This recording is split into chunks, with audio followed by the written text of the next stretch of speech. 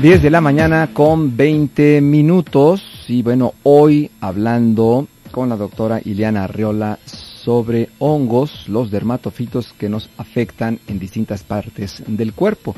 Y siendo este microorganismo alimentado por la queratina, bueno, pues en la uña es donde se encuentra más de esta proteína, pero también la podemos tener en la piel y también la podemos tener en el pelo.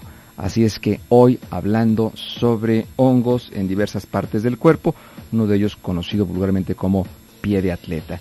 Entonces nos decías, Ileana, que empieza la infección, el pie de atleta, con estas grietas y esta descamación entre el cuarto y el quinto dedo del pie, por decirlo popularmente, dedo del pie, y ahí se va extendiendo a la planta del pie y produciendo descamación y mal olor. Así es. Esas son las manifestaciones iniciales. Posteriormente puede haber presencia de lo que nosotros le llamamos vesículas, que son como esas ampollitas que también suelen generar mucha comezón.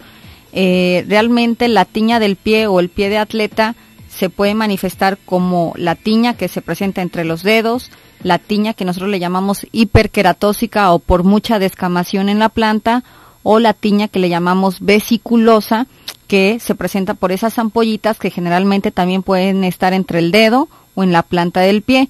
Y finalmente otra que le llamamos la tiña en mocasín. ¿Por qué? Porque generalmente se presenta en toda la planta del pie, sin embargo no sube más allá de la planta, no se va hacia la parte anterior del pie, hacia donde está la piel más suave, por así decirlo. Entonces, generalmente respeta siempre la zona con más queratina, que es la región plantar, y pues bueno, se da el nombre de mocasín por el tipo de distribución que toma, como de un mocasín. Y bien, mencionando esto, la tiña del pie o el pie de atleta generalmente lo suelen manifestar tanto hombres como mujeres, pero se da mayormente en hombres y casi siempre se empieza a manifestar después de la pubertad. Es muy raro observar hongos en los niños pequeños. Sin embargo, actualmente hay mucha tendencia por utilizar tenis o calzados muy sintéticos que sí se han convertido en un factor para ver este tipo de pie de atleta también en menores, cuando antes realmente no era tan común. Y esto porque, pues bueno, el calzado era más de piel el que utilizaban los niños. Actualmente, desde los 3-4 años ya están utilizando tenis prácticamente todo el día.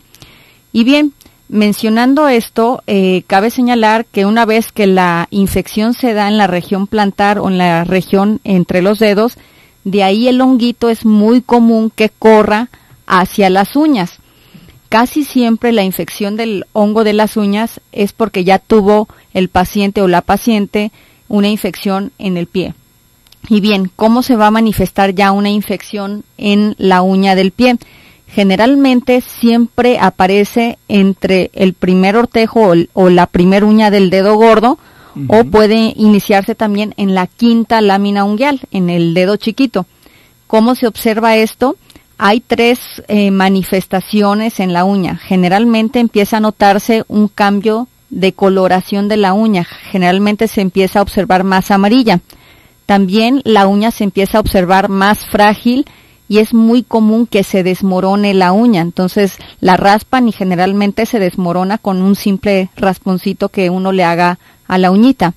Ese despegamiento inicialmente es en la parte distal y posteriormente se va yendo hacia la cara lateral de la uña. Entonces hay un despegamiento y engrosamiento de la lámina ungueal, y hay otra manifestación que es la onicomicosis o hongo de las uñas, que se llama blanca superficial, en donde no hay como tal un engrosamiento, sino solamente se observa un cambio de coloración hacia muy blanco de la uña. Se empieza a ver toda la superficie ungueal muy, muy blanca.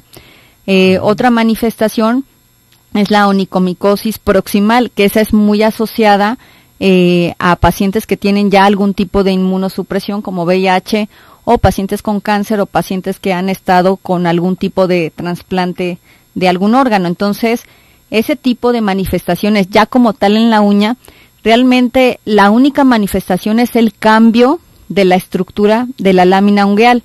y en ocasiones cuando la uña ya está completamente distrófica o completamente cambiada, empieza ya a molestar porque esas uñas empiezan a lastimar la piel y se empieza a enterrar. Y casi siempre es cuando el paciente acude ya a una atención. Y bien, algo bien importante, siempre hay que recordar qué factores son los que predisponen a que uno tenga una infección por hongos en los pies. Es muy común que ya los chavos utilicen tenis todo el día, que no se use el tenis solamente para deporte como debería de ser. Entonces, ese es un factor inicial. 2, es muy común que también por las carreras cotidianas las personas, sobre todo hombres, no tengan el cuidado de después de lavarse o después de bañarse, secarse con una toallita adicional a la del cuerpo entre los dedos. Entonces esa humedad que se queda guardada entre los dedos es un factor predisponente de la aparición de los hongos. Los hongos son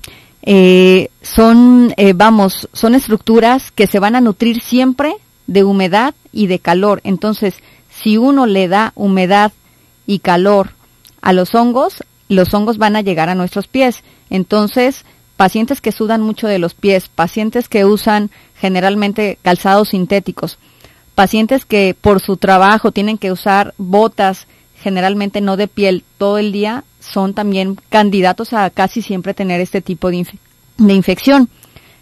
Otra situación importante es el compartir los calzados y algo pues que usted me mencionaba justamente ahorita, ¿no? Es muy común que en ciertos deportes utilicen el calzado, por ejemplo en el boliche, que pues bueno, rentan el calzado para el boliche especialmente, y pues bueno, lo utilizan 100 personas el mismo calzado, o aquellos lugares donde se prestan los patines, por ejemplo, también es un factor, ¿no? Puede llegar alguien que tenga la infección, deje ahí las esporas del hongo, y otra persona que tenga el pie sudado, pues bueno, finalmente el hongo va a detectar esa humedad y se va a contagiar. Entonces, son factores importantes que predisponen siempre a la aparición de los hongos. Bien, por lo tanto, pues estamos rodeados de todas estas, de estos microorganismos, y como tú bien nos lo dices, pues la humedad, el calor y el que no haya una adecuada ventilación, eso es lo que va a promover el desarrollo de este tipo de infecciones. También, a su vez, pues el asistir a baños en donde no nos pongamos sandalias, ¿no, doctora? Así es. Algo importante, ¿no? El uso de sandalia se recomienda desde el baño propio. Es importante utilizar sandalias para bañarse. Hay otro factor importante. La sandalia pues es sintética. Generalmente hay personas que les gusta estar todo el día con sandalias adentro de la casa, y más bien nosotros recomendamos el uso de huaraches de piel para estar en casa, y solamente la sandalia de plástico para cuando recurramos a la regadera o cuando estemos en algún tipo de balneario o en algún tipo de alberca, en aquellos que se dediquen a nadar. Entonces, utilizar siempre su sandalia para caminar en esas áreas o en regaderas. Entonces, pues hay muchos factores que predisponen a la aparición o al contagio de estos hongos, y realmente esa es la base para prevenir que cada vez más personas estén infectándose por esto. La población realmente mundial que se ve afectada por este tipo de hongos es hasta del 50%. Realmente es muchísimo la cantidad de personas que pueden estar en algún momento de su vida infectadas por algún tipo de estos hongos. Bien, vamos a nuestra siguiente pausa comercial. Le recuerdo nuestras líneas telefónicas aquí en cabina 3122-4200 y 3122-4266. Nuestra cuenta de correo zonasaludable@zona3.mx, por si usted desea escribirnos. Una pausa y continuamos.